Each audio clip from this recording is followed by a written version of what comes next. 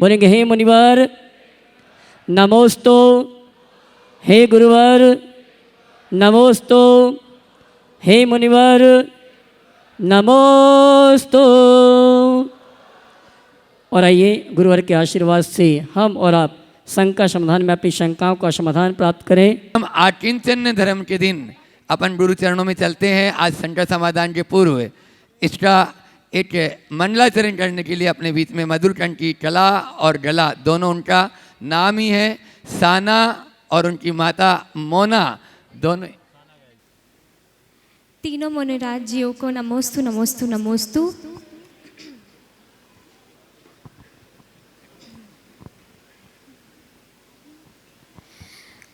ओ गुरुवर प्यारे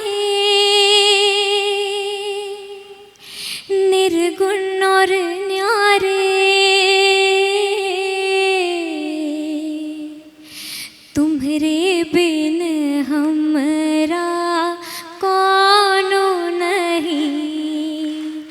ओ गुरुवर प्यारे निर्गुण और न्यारे, तुम्हारे बिन हमरा कौनो नहीं।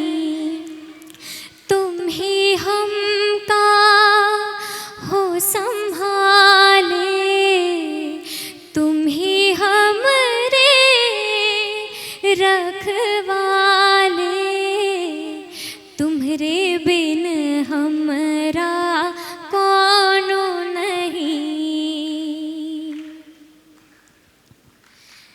चंदा को तुम ही तो दे हो चांदनी,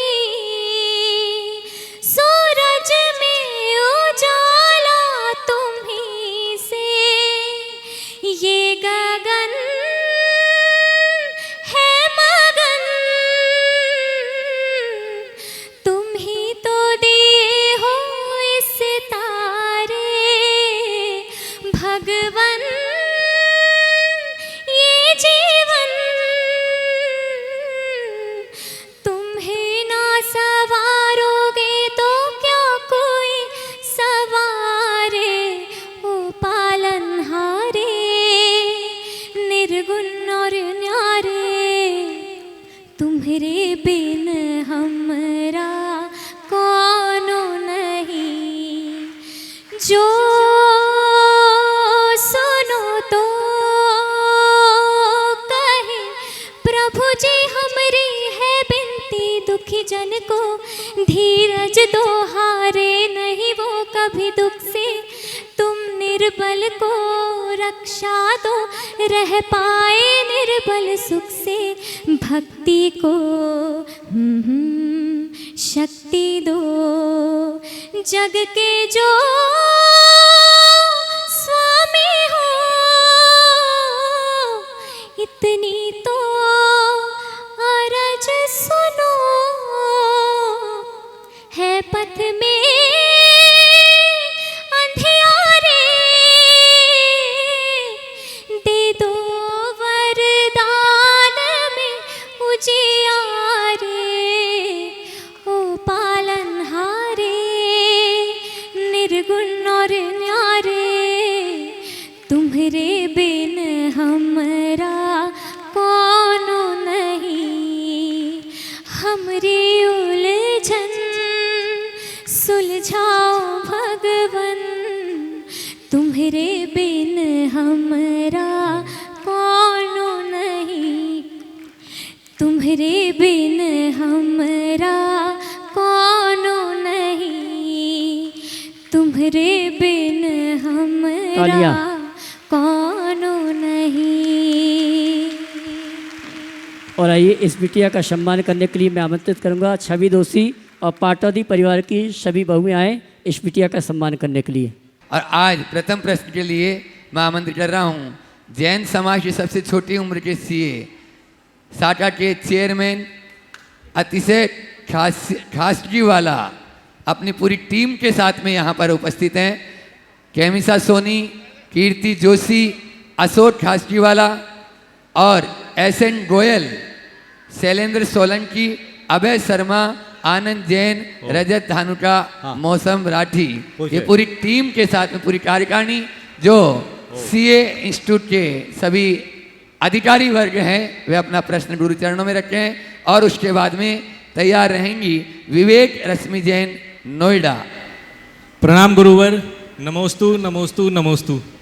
गुरुवर, सबसे पहले तो मैं आपसे विनम्र निवेदन करना चाहूँगा कि हमारी सीए की परीक्षा बहुत ही विश्व में सबसे कठिन परीक्षा मानी जाती है, तो अगर हमारे जो छात्र हैं उनके लिए अगर कोई भावना योग या कोई मोटिवेशन का अगर हम आपसे प्रेरणा ले सकें तो हम ऐसा कोई कार्यक्रम आपके साथ रखना चाहेंगे गुरुदेव।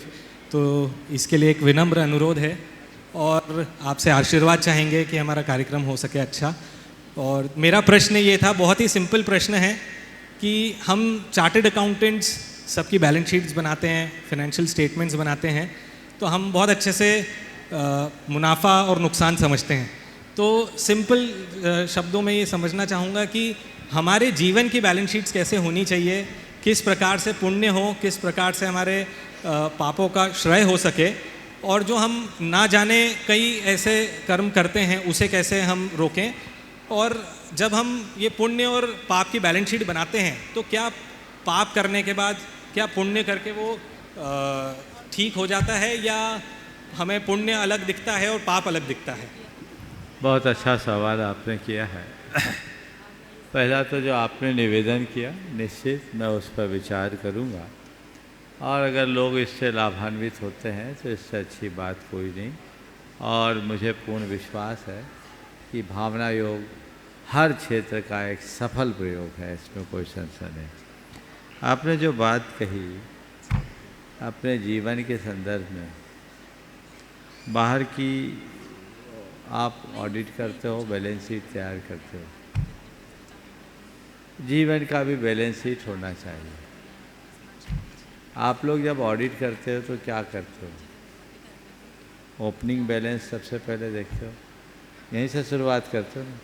मुझे अकाउंट का ज़्यादा ज्ञान नहीं है, लेकिन तुम्ही लोगों के हिसाब से जितना मुझे पता है मैं कहना चाहूँगा।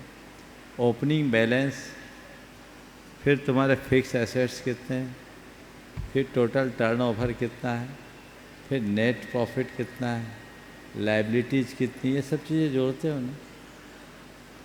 तो मैं ये कहता हूँ हर व्यक्ति को सबसे पहला अपना ओपनिंग बैलेंस देखना चाहिए।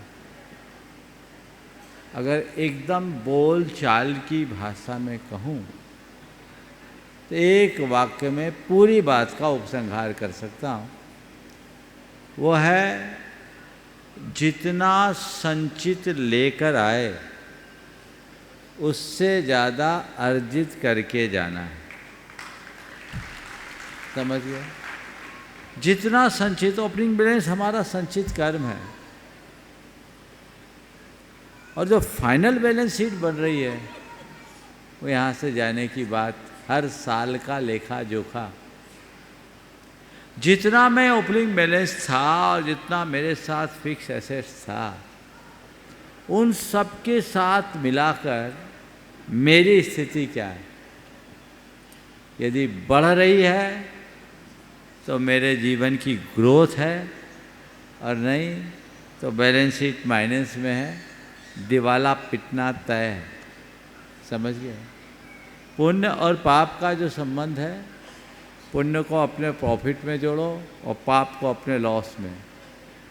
हिसाब लगाओ लेखा जोखा करके कि मेरे साथ पुण्य कितना और पाप कितना, प्रॉफिट अधिक या लॉस। टर्नओवर तो खूब है, टर्नओवर बढ़ रहा है, जितनी प्रवृत्ति उतना टर्नओवर। लेकिन केवल टर्नओवर से कोई फायदा नहीं। आया कितना, कमाई कितनी, नेट प्रॉफिट कितना हुआ, वो हमें देखना है। और वो तब होगा जब हम पुण्य और पाप दोनों को सामने रख करके उनमें से हम देखेंगे कौन ज़्यादा है।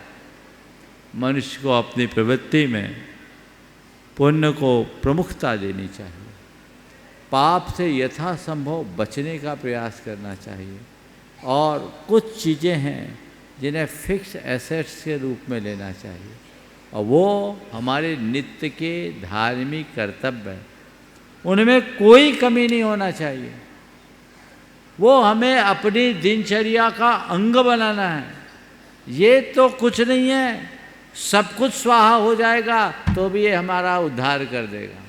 ये व्यवस्थित यदि व्यक्ति अपने मन में बिठा के रखे तो सारी दुविधाएं दूर हो सकती है और हम अपने जीवन का पथ प्रशस्त कर सकते हैं। नोएडा जो डोनाइतन की ट्रस्टी भी हैं और उसके बाद में तैयार रहेंगी। कल दिन का प्रश्न लास्ट में रह गया था अनुभव। अनुपमा जैन जबलपुर। नमोस्तु महाराष्ट्री। इच्छामी चुल्लक जी। महाराष्ट्री, मैं अपना भावना योग से संबंधित एक अनुभव साझा करना चाहती हूँ। मेरी बहू पिछले साल जब वो गर्भवती थी तो 8वें महीने में डॉक्टर ने कहा कि बच्चा उल्टा है और जगह बहुत कम होने की वजह से उसका सीधे होने का संभावना कम है। तो फिर पापा का फ़ोन आया कि तुम भावना योग करो, तो उसने गर्भवती स्त्री वाला भावना योग किया, जिससे 20 दिन बाद जब उन्होंने अल्ट्रासाउंड किया तो बच्चा अपनी सही पोजीशन पे आ गया था। और महाराज जी, उसका ही रिया जैन नाम है उसका ही प्रश्न है कि वो ये पूछना चाहती है कि महाराज जी, आप इतनी व्यस्तता में भी इतने अनुशासन और इतनी अच्छी स्मरण शक्ति है और हम तो इतने व्यस्त नहीं हैं, फिर भी अपनी चीज़ें भूल जाते हैं। तो ऐसा कोई मंत्र बताइए या कोई जाप जिससे हमारी स्मरण शक्ति बढ़े और हम अनुशासित हों। देखो, व्यस्त होने में कोई समस्या नहीं, अस्त व्यस्त होने में समस्या है। हम तो कहते हैं व्यस्त रहो और मस्त रहो, अस्त व्यस्त मत रहो। समझ गए? एक सिस्टम के साथ जिए, और यदि सिस्टम के साथ जिएंगे तो हमारा जीवन प्रशस्त होगा, और सिस्टम के अगेंस्ट जाएंगे तो हम कुछ नहीं कर पाएंगे। तो हमें अपनी प्राथमिकताओं को तय करना चाहिए। तमाम व्यस्तताओं के मध्य भी यदि हम अपनी प्राथमिकताओं को सुनिश्चित करके चलते हैं तो हमारा सब कुछ व्यवस्थित चल सकता है। अनुपमा जैन जबलपुर। महाराज जी, मेरा भावना योग का अनुभव है। मैं अष्टापद की यात्रा पे गई थी 2018 में। वहाँ मेरी यात्रा तो बहुत अच्छी हुई, पर मैं लौट के जब आई देहरादून में, मैं जैन धर्मशाला में रुकी और वहाँ मैं 2 सीढ़ी से गिर गई। तो मेरे एक पैर के पंजे की हड्डी टूट गई, एक पैर का मेरा पूरा मसल्स डैमेज हो गया। अब महाराज जी, मेरे को बिल्कुल चलते भी नहीं बन रहा, कुछ नहीं। बस मैंने तभी से शुरू किया, मैं स्वस्थ रहूं। और उसके बाद में सुबह उठी तो मेरे को खड़े होते नहीं बन रहा है।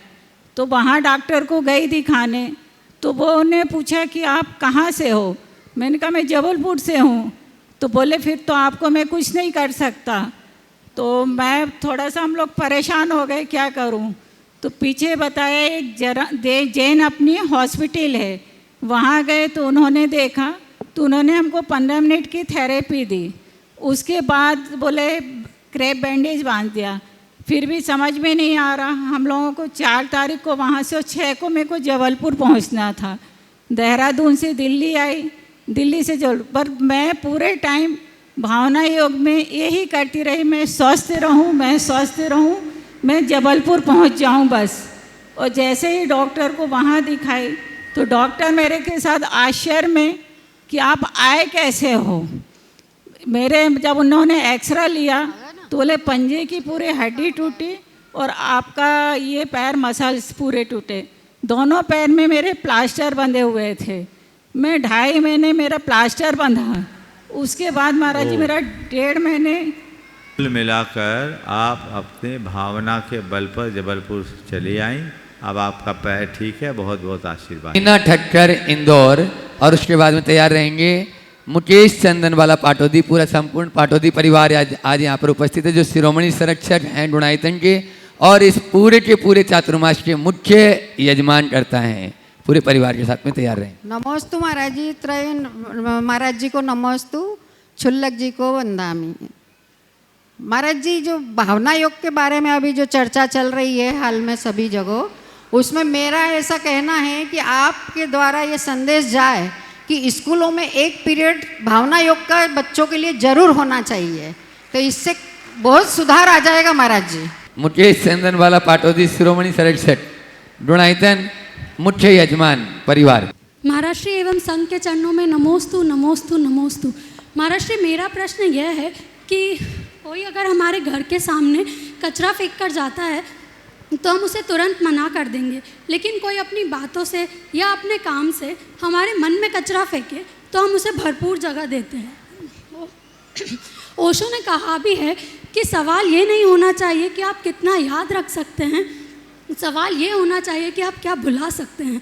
तो ये भुलाने की कला हम कैसे सीखें? बहुत अच्छा सवाल है। पहले तो मैं चाहूँगा एक बार इस परिवार का जोरदार अभिनंदन कर दीजिए। आज के समय में 25 सदस्यों का भोजन एक चूल्हे में होता है। अपवाद स्वरूप ही ऐसे कुछ परिवार है, उसमें ये पाटोदी परिवार। आज के टाइम में मैं ऐसे परिवारों को एक आदर्श परिवार के रूप में देखता हूँ और भावना भाता हूँ कि तुम्हारा पूरा परिवार इसी तरह बंधा रहे, एकजुट बना रहे। सवाल, हमारे दिमाग में कोई कचरा भर दे तो हम उसे क्यों एंट्री दे देते, हम उसे भुला क्यों नहीं पाते। मनुष्य के मन की एक बड़ी दुर्बलता है कि वो प्राय नकारात्मक बातों को पकड़ता है। अगर सोच सकारात्मक हो तो नकारात्मकता से प्रभावित होना कम हो जाए, और जब तक हम नकारात्मकता से प्रभावित होते रहेंगे इस तरह की समस्याएं हम पर हावी होते रहेंगी।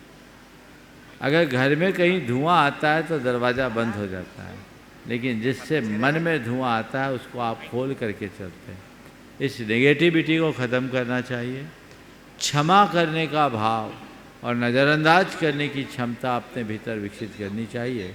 और एक बात तय कर लीजिए कि जिससे मेरी सहजता खंडित हो मुझे उसे एंट्री नहीं देना, तो चीज़ें नियंत्रित हो सकती। ओम मुकेश चंदनवाला पाटोदी पूरा संपूर्ण।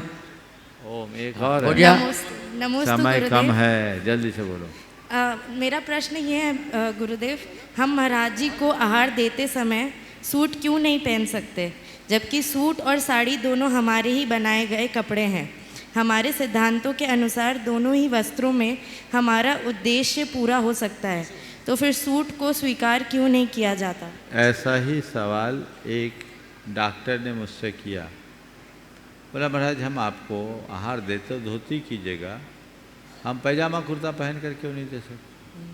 हमने कहा आप डॉक्टर हो? बोले हाँ डॉक्टर, प्रैक्टिस करने जाते जाते मेडिकल में प्रोफेसर थे। कौन सा कोट पहन कर जाते हो? बोले वाइट। बोले ब्लैक पहन कर क्यों नहीं चले जाते? बोले हमारी ड्रेस कोड है। हमने कहा ये हमारी ड्रेस कोड है। तो ड्रेस कोड को फॉलो कीजिए। इसलिए माना कि कपड़ा एक है लेकिन ड्रेस एक नहीं है, इसे ड्रेस कोड समझ गए। और एक बात बताऊं, जब तक आहार में हैं तभी तक तुम लोगों की साड़ी पहनने की आदत बची है, नहीं तो भूल जाओगे। नमस्ते गुरुदेव। और धोती पहनने की आदत भूल जाओगे, इसलिए पहनते रहो, उसी में भलाई है। समझ गए। नमस्ते गुरुदेव। नमस्ते। आनंद जी डोदा अपने पूरे धर्म प्रभावना समिति के साथ में। गुरुदेव के चरणों में बारंबार नमस्तु। सभी संघ को वंदामी नमस्तु सभी करता हूँ। गुरुदेव आज आपने प्रवचन में एक बहुत अच्छी बात बोली थी कि सबके मन की बात पूरी नहीं होती। मैं इस पूरे प्रवचन हाल में धर्म प्रभावना समिति की तरफ से गुरुदेव आपके मन की बात तो पूरी होती है। आपने बोला किसके मन की बात पूरी नहीं होती, लेकिन मैं पूरी प्रभावना जितने मुझे सुन रहे हैं देख रहे हैं, मैं ये गारंटी के साथ कह सकता हूं कि गुरुदेव के मन की बात पूरी होती है। मैं इसका कुछ उदाहरण आपके समक्ष प्रस्तुत देना बताना चाहता हूं। गुरुदेव 1 जून को हम पूरी टीम के साथ आपके दर्शन करने आए। जब आपने हमको आशीर्वाद दिया कि इंदौर के चतुर्मास के लिए बोले आप अपना पुण्य गाढ़ा करो, हम घबरा गए, डर गए। पुण्य गाढ़ा करो, चतुर्मास बहुत करीब है। तो गुरुदेव ने बोला कि पुण्य गाढ़ा करो। फिर हम भोपाल गए, भोपाल में भी बोला कि बादल तो बरसने के लिए तैयार है लेकिन पुण्य गाढ़ा करो। फिर घबरा गए। फिर हम लोग भाई सब गए सब वापिस से कि हमारा पुण्य गाढ़ा कैसे करें। कई व्हाट्सएप युद्ध चले, जो इंदौर की प्रभावना के विपरीत रहे, कई मीटिंग्स हुई। गुरुदेव, ये क्या है आपकी कला में कि हमारा पुण्य तो गाढ़ा हुआ और इंदौर में इतनी शानदार प्रभावना हुई? इतनी विपरीत परिस्थितियों में भी हमने आपको बार बार देखा, चाहे वो भोजनशाला से संबंधित काम हो। हमारे पीछे जितनी सुंदर भोजनशाला आप लोगों ने अभी सब शिवरात्रियों ने खाई, भोजन किया वहाँ पे, लेकिन उसको प्राप्त करने में लिए हमारी टीम को ये पसीना निकल गया वो जगह को लेने में। लेकिन गुरुदेव का कितना बड़ा आशीर्वाद रहा कि बोलना क्या चले, जल्दी समेट। हाँ, बहुत लोग हैं पीछे। हाँ। नहीं गुरुदेव, वो पूरी बात तो बोलना पड़ेगी। हाँ। तो उसके लिए भी बड़ा प्रश्न है, लेकिन गुरुदेव का इतना अच्छा आशीर्वाद रहा कि वो इतनी बड़ी समस्या भी इतने कम टाइम में सब निकल गई। फिर सबसे बड़ी बात जो मैं आप लोगों को करना चाहता हूँ कि मध्य प्रदेश नहीं, पूरे देश में गुरुदेव ने बोला चतुर्मास में कोई कलश स्थापना नहीं होगी। हम सारी टीम घबरा गई कि भैया चतुर्मास कैसे होगा। बोले एक यजमान चाहिए, तो एक यजमान को ढूंढना भी एक बहुत बड़ी बात है। जो हमारे पाटोदी परिवार आया और उसके साथ गुरुदेव का ऐसा आशीर्वाद था, एक यजमान के साथ 9 रतन और जुड़े और ये शानदार चतुर्मास जिसमें इंजीनियर, डॉक्टर्स, वकील और बिल्डर्स, बड़े बड़े लोगों के इवेंट हुए। तो गुरुदेव, मेरा एक छोटा सा सवाल है अभी तक तो कि आप में ऐसा क्या है कि आपके चरण को छूते ही हमारी सारी बड़ी से बड़ी समस्या का निदान हो जाता है। ये समस्या जो आज नहीं बड़ी, मैं ईमानदारी से, पूरी टीम खड़ी है मेरे साथ, समस्या भैया इंदौर लेवल की नहीं, बड़े लेवल की, चाहे ट्रैफिक की समस्या, मतलब हमारी गाड़ियों को खड़े ना करना, डीएसपी, कलेक्टर्स लेके नोटिस हैं, लेकिन गुरुदेव के चरणों में वो पैर पड़ते हैं, वो सब बोलते भैया आप आपके हिसाब से कर लो, हम तो तुम्हें नोटिस देंगे, तुम जवाब ही मत दो। ये कलेक्टर्स के हैं हमारे पास ऐसी सूचना है। तो घोर के जोरदार ताली बजाएं भाई साहब। और धर्म प्रभावना समिति से कोई गलती हुई हो तो आप हमें क्षमा करें। अब बताएं, इसका जवाब दो। मैं तो कहता हूँ कुछ चीज़ों को राज बने रहने में ही फायदा है, इसलिए राज को राज रहने दो, सब बातें बताने का औचित्य नहीं है। बहुत बहुत आशीर्वाद। गुरुदेव, जो हमारी धर्म प्रभावना समिति है, जो आपके आशीर्वाद से सबने मिलकर बनाई है और ये सभी लोग खड़े हैं, मैं सबसे पहले तो भोजन चातुर्मास अभी समापन नहीं वकल करना, चलो अभी बाकी है। चलिए आज अपने बीच में, आज नहीं गुरुदेव 10 दिन वाले तो मैं आज नहीं बंधु, अपने बीच में डॉक्टर प्रेमचंद जी, मंडल चंद जी पाटनी एलोरा से, जो एलोरा के सेक्रेटरी सचिव भी हैं और गुरुकुल के लिए तन मन धन से समर्पित है, और आज उनका गुरुकुल यहाँ गुरु चरणों में भी समर्पित होने के लिए आ गए। सारे बच्चे यहाँ पर गुरुकुल के यहाँ पर उपस्थित हैं, बहुत ही अच्छा सफल संचालन कर रहे हैं। और वो अपने दोनों बेटे सारंग और सागर, उनको भी ट्रस्टी घोषित कर दिए हैं, लेकिन अभी मंच से घोषणा हमने नहीं की, क्योंकि आगे का भी उनका और विचार है और उस विचार को अभी आगे करेंगे। जब सागर और सारंग यहाँ आ जाएंगे उस समय उनका सम्मान यहाँ पर होगा और वो जो चाहेंगे वो बन जाएंगे। अभी ट्रस्टी की हम बात यहाँ नहीं कर रहे हैं। साथ में ही वो पूरे परिवार के साथ में विगत लगभग मध्य ब्रह्मचर्य अवस्था से ही गुरु चरणों में हर शिविर में यहाँ आते हैं। जोरदार तालियों ऐसे प्रेमचंद जी, मंगल चंद जी पाटनी के परिवार के लिए। और वो अपना प्रश्न शॉर्ट में रखेंगे, वो भी लंबा चौड़ा नहीं रहेगा। और उसके बाद में तैयार रहेंगे रितेश जी पाटनी। करोड़ों के शंकाओं के तारने वाले परम पूज्य प्रमाण सागर जी महाराज, परम पूज्य निर्वेक सागर जी महाराज एवं परम पूज्य संधान सागर जी महाराज के चरणों में त्रिवार नमोस्तु करता हूँ, त्रिवार नमोस्तु करता हूँ। नमोस्तु नमोस्तु। एलोरा की ओर से और पूरे समाज की ओर से, गुरुकुल के बच्चों की ओर से नमोस्तु करता हूँ महाराज। और शुल्लक जी के चरणों में इच्छामि इच्छामि। महाराज जी, परम पूज्य आचार्य समंत्रभद्र महाराज एवं परम पूज्य आर्यनंदी महाराज और परम पूज्य आचार्य विद्यासागर जी महाराज जी के आशीर्वाद से एलोरा में 2002 से लगभग चातुर्मास चल रहे हैं, जिसकी वजह से गुरुकुल के बच्चों के ऊपर अच्छे संस्कार मिले। और विगत वर्ष में मुनिश्री दुर्लभ सागर जी महाराज एवं संधान सागर जी महाराज जी का अभूतपूर्व चातुर्मास मिला है। गुरुकुल एवं विद्यालय की बहुत सारी योजना पूरा करने में सहयोग मिला है। जिसकी वजह से गुरुकुल में 150 बच्चों का छात्र प्रवेश हो गया है और बच्चों की तीर्थ यात्रा भी मिली है। परम पूज्य प्रमाण सागर जी महाराज जी को नम्र निवेदन करते हैं कि एलोरा जैसे इंटरनेशनल जगह में आप जैसे इंटरनेशनल महाराज जी का सानिध्य मिले, ऐसी भावना बातें महाराज जी। और मेरा एक प्रश्न है महाराज जी, आज के समाज में गुरुकुलों की बहुत जरूरी है, जो आम के बदलते परिस्थितियों में गुरुकुल की शिक्षा जीवित रखने के लिए क्या करें, कृपया समाधान करें। और गुरुकुल प्रणाली का क्या महत्व है, कृपया महाराज जी इसका भी आप निवेदन करें। नमस्ते महाराज जी। नमस्ते। मैं तो चाहूँगा एक बार डॉक्टर साहब और उनकी टीम का जोरदार अभिनंदन करें। बहुत उत्तम काम आप लोग कर रहे हैं। विपरीत परिस्थितियों में इतनी बड़ी संस्था का संचालन साधारण बात नहीं है और मैं कहूँगा कि ऐसी संस्थाओं को सभी को तन मन धन से सहयोग करना चाहिए। गुरुकुल प्रणाली को पुनरुज्जीवित करने के लिए हमें उसी पुरातन व्यवस्था के प्रति निष्ठावान बनना होगा और सरकार भी इस दिशा में पूरा प्रयास कर रही है।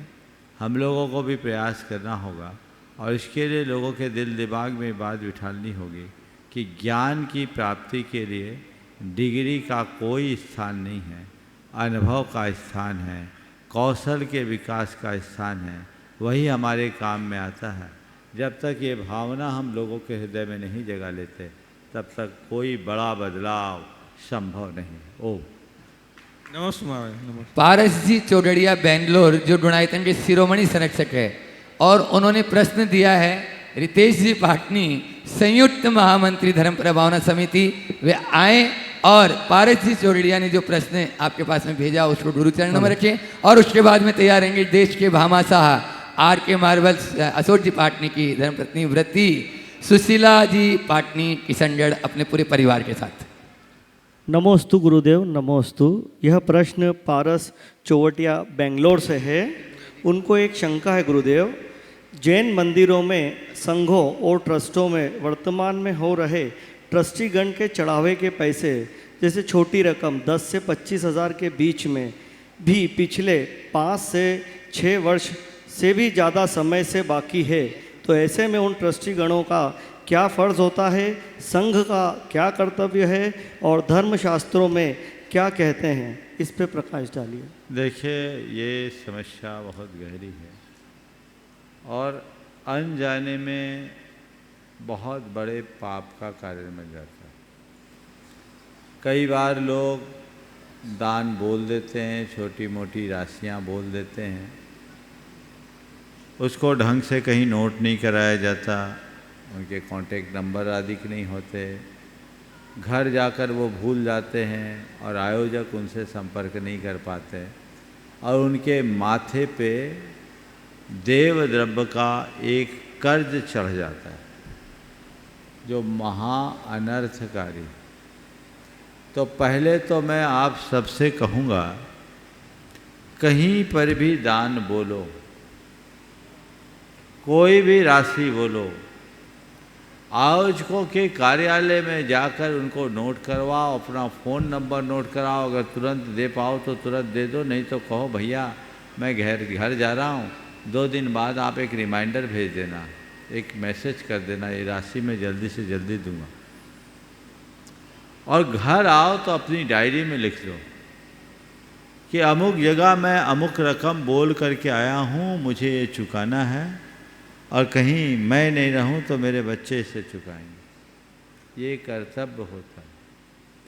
अगर ऐसा करोगे तभी पुण्य होगा, अन्यथा देव द्रव्य और निर्माल के भोग का महापातक होगा जो महान अनर्थकारी है, तीव्र अंतराय कर्म के बंध का कारण माना जाता है। इसलिए ऐसा कभी काम मत करना, या तो दान बोलो मत, और कहीं दान बोलो तो उसे चुकाना अपना परम कर्तव्य मानो। ये पहला प्रयास। इसमें किसी तरह का कोई भी शिथिलता, किसी प्रकार की ढील रंच मात्र नहीं होनी चाहिए। फिर कई लोग ऐसे होते हैं जो समाज के मुखिया होते हैं, पदाधिकारी होते हैं, ट्रस्टों में उनका ही रोल होता है, वो बोल देते हैं और देते नहीं। बाद में उनसे बोला, बोले हमने थोड़ी बोला था, हमसे तो बुलवा लिया गया। नहीं, ऐसा करके आप अपनी आत्मा के साथ महा अनर्थ कर रहे हो। अगर आपने नहीं बोला तो वहीं बोलो कि नहीं मेरी इसमें सम्मति नहीं है। वहाँ माला मुकुट भी पहन लेते हैं। अच्छे, बार बार, एक बार नहीं, हर बार जब बुलाओ तब। लेकिन वो नहीं जान रहे कि ऐसा करके अपने साथ कितना बड़ा छल और धोखा कर रहे हैं। जबरदस्ती किसी से दान कराना नहीं चाहिए, और कोई जबरदस्ती करे तो वहाँ दान देना नहीं चाहिए। सामर्थ्य हो तो दान देंगे, नहीं है तो नहीं देंगे। और अगर सम्मति दे दी है तो चुकाना हमारी पहली प्राथमिकता होनी चाहिए। मैंने दी है तो दूंगा। मैं अपने लिए दारिद्र्य को आमंत्रित नहीं करूंगा। इससे तीव्र अंतराय कर्म का बंध होता है। कई कई भावों में व्यक्ति को भिखमंगा बनना पड़ेगा। सुनने में बात चुभ रही है, लेकिन मैं नहीं बोल रहा हूं, ये आचार्य कहते। जिन नद्धार परिथा जिन पूजा बंदन निमित्त, जिन बंदन पूजन निमित्त विशेष धनम, जो भुंजई सो भुंजई निरी गई ये सुईरम दुखम, पुत्र कलत्त विदुरो, दारिद्रो पंगो मूक बहिरंधो, चांडालादि कुजादो, जिन पूजादि दब बहर। जीर्णोद्धार का पदार्थ जिनेन्द्र भगवान की पूजा वंदना आदि के निमित्त अर्पित धन का जो भोग करता है, सो भुंजई निरी गई ये चिरम दुखम, वह नरक गति में चिरकाल तक दुख भोगता है। वहाँ से कदाचित बच के आ भी गया तो पुत्र कलत से रहित होगा, दरिद्री होगा, पंगु होगा, मूक होगा, बहिरा होगा, अंधा होगा और निम्न योनियों में जन्म लेगा। कौन? जिन पूजादि दब्बहर। इसलिए कभी भी ऐसा काम मत करो। जितनी शान से बोली बोलो, उतनी तत्परता से चुकाने का भाव रखो। सामने वाले को मांगने की तो नौबत ही नहीं आनी चाहिए। मैंने बोला है तो मुझे देना है। हमारे समाज में हमें दो तरह के लोग दिखते हैं। कुछ लोग जो बोल देते हैं फिर भूल जाते हैं, देते ही नहीं। मैं ऐसे बहुत लोगों को जानता हूँ जिनका काम ही बोलने का, उनका नाम है घोषणा मंत्री, सब जगह बोल देंगे। समाज में ऐसे लोगों को चिन्हित कर लेना चाहिए और उनकी बोलियां स्वीकार ही नहीं करना चाहिए। कई लोग हैं जो कहलाते प्रतिष्ठित है, बोल देंगे, माला पहन लेंगे और देंगे नहीं, पर वो नहीं समझते कि ऐसा करके वो अपने साथ कितना बड़ा धोखा कर रहे हैं, छल कर रहे हैं। तो कुछ लोग ऐसे हैं कि बोल के भूल जाते हैं, और कुछ लोग ऐसे हैं जो बोलते हैं तो उसका ब्याज समेत रकम चुकाते हैं। आदर्श दाता वही है। इसलिए आज पर्यूषण के अवसर पर ये प्रश्न बहुत उचित आया। आप लोगों को भी बोलता हूँ, कहीं पर भी कई बार जब बड़े आयोजन होते हैं, बहुत सारी बोलियाँ होती है, शांति धारा आदि की बातें होती है, आपने व्यक्त कर दिया। अब आयोजकों के पास आपका कांटेक्ट नंबर भी नहीं है। अब आर.के. जैन नाम आ गया। अब आर.के. जैन कौन है, कहाँ के हैं? भैया आप अपना लिखो तो ये सब डिटेल होना चाहिए। और आयोजक न कर पाए, आपको याद रखना चाहिए, आपकी जिम्मेदारी है। और किसी भी ट्रस्ट के ट्रस्टीज को तो और जिम्मेदारी के साथ ये काम करना चाहिए। सच्चे अर्थों में अगर किसी ट्रस्टी की कोई ड्यूज है तो उसकी तो अर्हता ही समाप्त हो जानी चाहिए। वो खुद देनदार होगा तो बंटाधार करेगा। उसकी जिम्मेदारी है कि वैसी कोई बड़ी देनदारी नहीं होनी चाहिए, और यदि देनदारी है भी तो कंडीशनल होनी चाहिए। आयोजकों के बीच स्पष्ट होना चाहिए कि कोई बड़ी राशि है, इसे इस समयावधि में पूरा करना है, तो वो उस समयावधि के अनुसार उस राशि को दे पाए तो परिणाम अच्छा होगा। तो इन सब बातों को ध्यान में रख करके ही सभी को चलना चाहिए। ओम नमोस्तु गुरुदेव। और अब मैं आमंत्रित कर रहा हूँ सुशीला जी पाटनी, किशनगढ़ आर के मार्बल। महाराज श्री जी के चरणों में नमोस्तु, छोले की छावी इच्छा में। महाराज श्री जी, अभी शिविर चल रहा है और पूरे भारत से लोग आए हैं, तो महाराज जी इन लोगों का क्या ऐसा पुण्य है जो कोई त्याग तपस्या 12-15 घंटा हम यहाँ बैठे रहते हैं पूरा टाइम, सुबह 5-6-7 घंटे और दिन में 2 पूरा मैं देखती हूँ सारे लोग यहीं बैठे रहते हैं और इनका मन यहीं लगता है। तो ऐसा कौन सा इतना पुण्य कमा रहे हैं सब बैठ करके, तो कैसा आगे जीवन इनका चलेगा, अपने घर में भी कैसा करे कि ऐसे आगे भी उनको मौका मिले। देखो, हम तो ये जानते हैं जब सीजन आता है ना तो आम मोड़ते हैं और फलते भी। अभी ये पुण्य का सीजन है, खूब मोड़ रहा है, फल रहा है और इससे सींचा है परम पूज्य गुरुदेव ने, जो विगत 40-50 वर्षों से धर्म प्रभावना की बयार बही है, उसका ये परिणाम है कि अब लोगों की प्राथमिकताएं बदल गई। अब इधर उधर घूमने फिरने की रुचि कम हो रही, मौज मस्ती का भाव घट रहा है और धर्म ध्यान और त्याग तपस्या के प्रति लोगों का रुझान बढ़ रहा है। ये बहुत शुभ लक्षण है। अगर ये भाव नहीं होता तो यहाँ कौन आते? अभी भी बहुत सारे ऐसे लोग हैं जो अपने आप को ज़्यादा भाग्यशाली मानते हैं, वो दुनियादारी में ही रमे हुए। काश उनकी सद्बुद्धि जागे और वे भी सतपथ को अंगीकार करके अपने जीवन को आगे बढ़ाएं। ऐसा प्रयास सभी को करना चाहिए। और आगे के लिए क्या करना है, मैं तो यही कह रहा हूँ, 10 रक्षण के 10 दिन में जो आपने जाना समझा सीखा है, उससे एक ही संकल्प ले लो कि अब हमें अपना लक्षण सुधारना है। बाकी और क्या करना है उस संदर्भ में कल बात की जाएगी। आज समय काफ़ी होने को है, इसलिए यहीं पर विराम, आगे की कार्रवाई करी। हाँ सच्ची, हाँ बोलिए। नमोस्तु महाराज जी, एक छोटा सा प्रश्न है। बोलो बोलो। द्रव्य में उत्पाद, व्यय और द्रव्य तीनों होते हैं। जब सिद्ध परमेष्टि सिद्ध शिला पे होते हैं तो ये कैसे घटित होता है? देखो, अगर बच्चों को समझाने के हिसाब से बोले तो जैसे हमको समझाया गया वो समझा देता हूँ। संसार पर्याय का विनाश हुआ, सिद्ध पर्याय की उत्पत्ति हुई और जीव बचा है, तो उत्पाद व्यय ध्रुव हो गया कि नहीं हुआ? पहली बात तो यही समझाया गया। दूसरी बात, अगर वो द्रव्य है तो उसमें उत्पाद व्यय ध्रुव तो होगा ही। उसमें अगुण लघु गुण के कारण सद्गुणी वृद्धि हानि हो रही, वो हमारे ज्ञान के गोचर नहीं है, वो आगम के प्रमाण से ही जानने योग्य है। लेकिन जब यहाँ है तो वहाँ भी होगा ही, क्योंकि वो द्रव्य है और द्रव्य वही है जिसमें उत्पाद व्यय और ध्रुव है। इस प्रकार आज के सत्र को